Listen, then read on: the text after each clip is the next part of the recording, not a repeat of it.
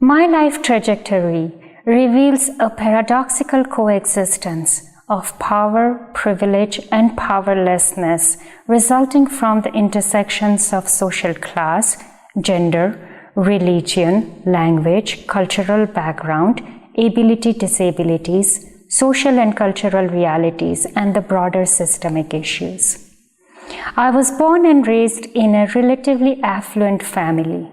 As a result, I had an access to material resources which most people in India were deprived of.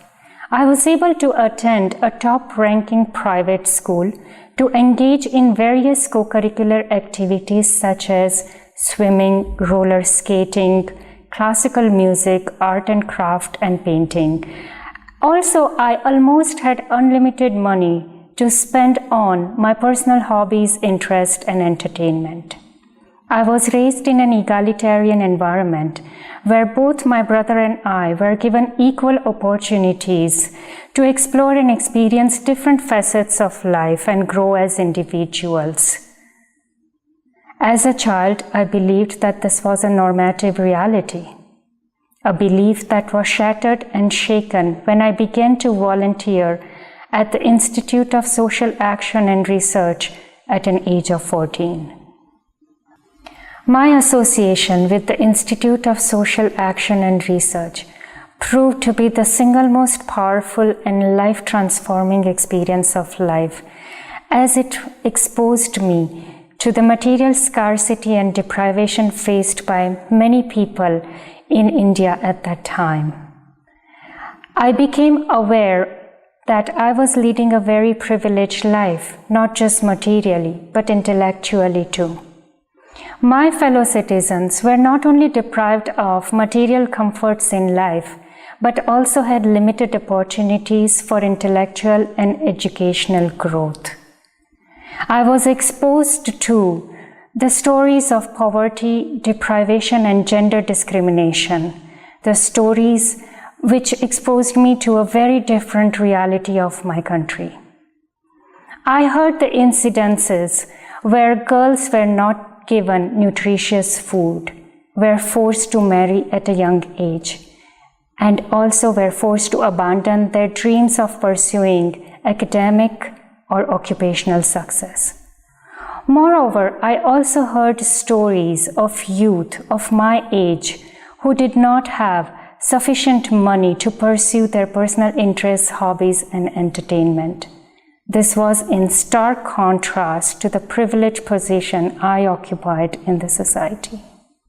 Despite privileges associated with material resources and intellectual opportunities, I experienced some physical limitations arising from chronic health conditions. As a result, I was unable to engage in strenuous physical activities and sports such as trekking through Himalayan mountains, the activities that children of similarly affluent family could easily take part in. In comparison to children of similar social and economic background, at times I felt that my freedom of choice was curtailed due to my health limitations. After completing master's degree in my hometown, I arrived in Northern Ontario, where I was welcomed with open heart and mind. My financial resources were limited, and I led a very simple and modest life. However, the opportunities to connect with the natural landscape and to expand my intellectual horizons within the university setting compensated for the material deprivation I faced in the early years as an international student. My distinct ethnic, cultural, and linguistic background made me an insider and outsider in Northern Ontario at the same time. At times, I felt extremely privileged and powerful to be given unexpected opportunities for growth and advancement. Positive stereotypes about people of my background, in particular being good at mathematics, good at statistics, seemed to work in my favor in educational and social arenas of life. However, There were times when I faced despair and discouragement resulting from the changing government policies about international students and workers.